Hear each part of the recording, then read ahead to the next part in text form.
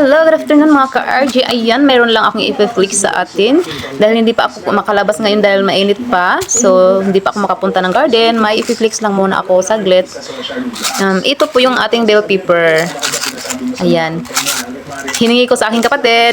Ayan, hindi na ako bumibili ng mga seeds. So, humingi lang ako doon ng, malaki to. Yung mga sobrang laki na mga bell pepper. So, hiningi ko yung kanilang mga seeds. Ayan. Ready to sow na ito mga ka-RG. Ayan. At nilagyan ko siya ng date. Ayan. May pizza tayong nilagay dyan. Ay, hindi maano. Against the light po.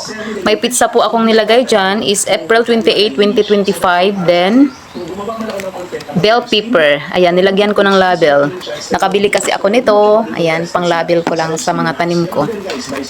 Habang nagsusow ako, ayan, nilalagyan ko ng label kung ano ito, ano yung pangalan na seeds na ito, yung sinuko, kung ano ang date. Ayan, nilalagay ko dyan para matatandaan ko kung kailan ko siya sinusowing. Ayan. And then, ito ay ready na po ito nating isow ang mga seeds na ito sa bell pepper. Ayan. Hindi na ako bumibili. Pareho lang naman ito. Kung bibili pa tayo, ayan, makakagasto ka na naman. So, ayan, humingi na lang ako ng seeds.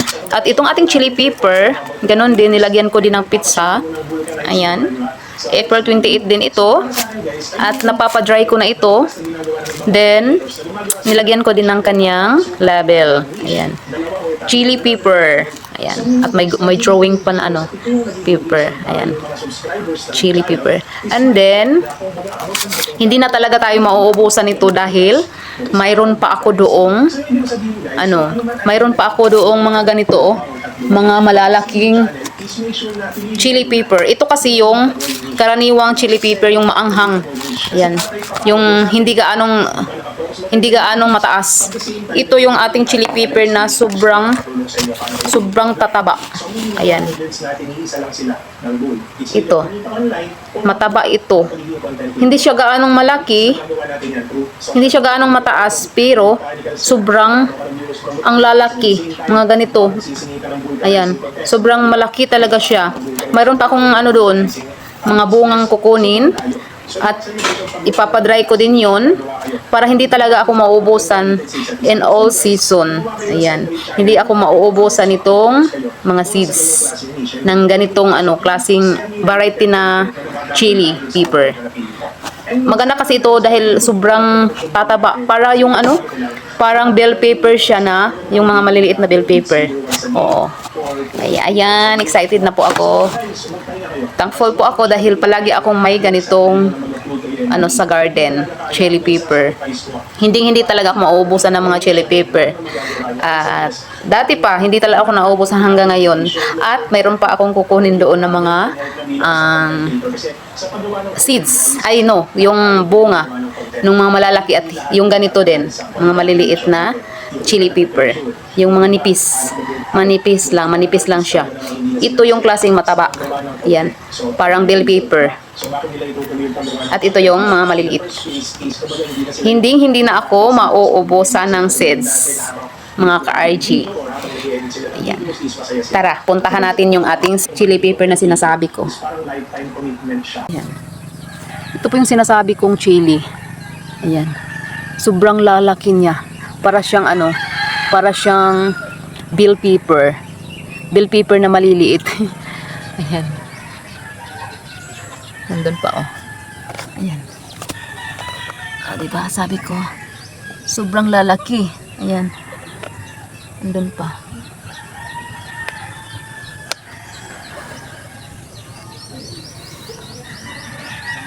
Hindi po talaga ako mauubusan ito. Kasi itong mga ganito, hindi po ito lahat ay ko sa ating mga lutong bahay or lutong sinigang. Ito po ay ating kukunin yung ating mga liso dyan at isisave na naman natin for next season, or kung kinakailangan natin magtanim na naman ay mayroon po tayong mga maitatanim na seeds.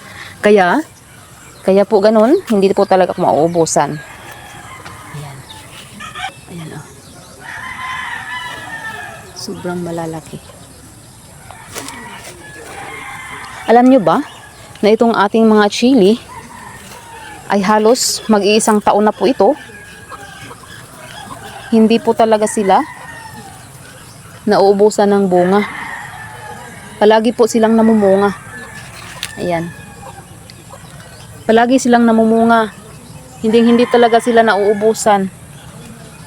Grabe. Ayan. Trinitrim ko kasi sila.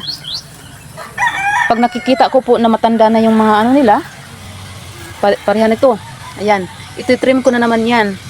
Para mayroon na namang susulpot na mga ano nila. O ayan o, daming bunga o. Para palagi po silang mamunga. Once trinitrim ko sila, may susulpot na naman na mga flowers. Ang dami. O, diba? Alam niyo ba kung bakit ganito? Alam niyo ba kung bakit ganito po? Yung resulta ng ating chili na kahit mag-iisang taon na, bunga pa rin sila ng bunga at nagbago-bago palagi yung kanilang mga sanga pag trim natin kasi sa ating mga nilalagay na mga pataba. Isa po dito yung ating fish amino acid. Ayan. Yan po palagi ang aking dinidilig dito. Tapos, yung ating mga fruit juice. Fermented fruit juice. Yan. Pareho talaga yan. Ay palagi kong dinidilig dyan. Fermented fruit juice. Yun yung ating palaging dinidilig dyan. At yung fish amino acids. FAA. At sa potassium din. Hindi po ako nawala ng potassium. Galing sa balat ng saging. Ayan. Yan po yung ating mga nilalagay dyan palagi. Kaya hindi tayo uubusan ng bunga. Palagi silang nagpa-flowering. At hindi po nalalaglag yung kanilang mga flower. Nabubuo palagi yung kanilang mga flower. Naging bunga talaga siya. Ayan. Dahil po yan sa ating mga sariling pataba na ina-apply dyan. Ayan. Wala pong synthetic kasi organic po talaga yung ating mga pataba na nilalagay dyan. At mayroon pa din akong mga nilalagay dyan yung eggshells. Ayan. Palagi ko po silang nilalagyan ng eggshells. At sa susunod na weeks, lalagyan na naman natin yan ng mga eggshells. Mayroon ako doon mga eggshells na ika-crush natin. Pinapadry ko pa sila. At ito din yung ating tomato. Ayan, nag-start na silang mag-flower. Dalawa lang ito ngayon. Pero mayroon po ako doong pinapatubo na seeds ng tomato. So, yun yung ating idadagdag para mas marami tayong tomato. Ayan. At itong ating bagong mga transplant, ayan, ito ay 4 days pa lang ito. Galing sa pag-transplant. Ayan. Lavender po. Ito yung purple na sili. Ayan. Ito. At ito yung ating chili pepper. Ito, mga chili pepper po ito lahat. Galing po ito sa ating mga chili doon. Ayan. Yun yung sinasabi ko na hindi talaga ako mauubusan ng seeds. Kumbaga, ni-rolling ko lang talaga yung seeds natin, yung chili pepper. At hindi na talaga ako bumibili pa sa mga store ng mga seeds. Ayan. Ito pa.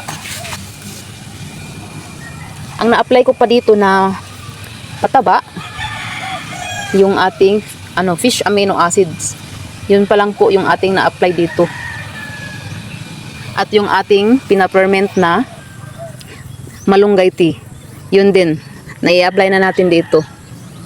Ayan. Nung isang araw ay na-i-apply ko na dito yung ating fermented na malunggay tea. So tingnan nyo.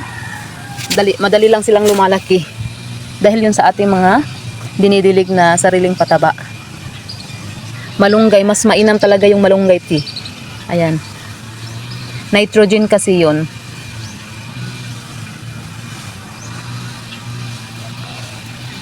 So yun lamang po sa ngayon ang ating pag-update ng ating mga chili pepper.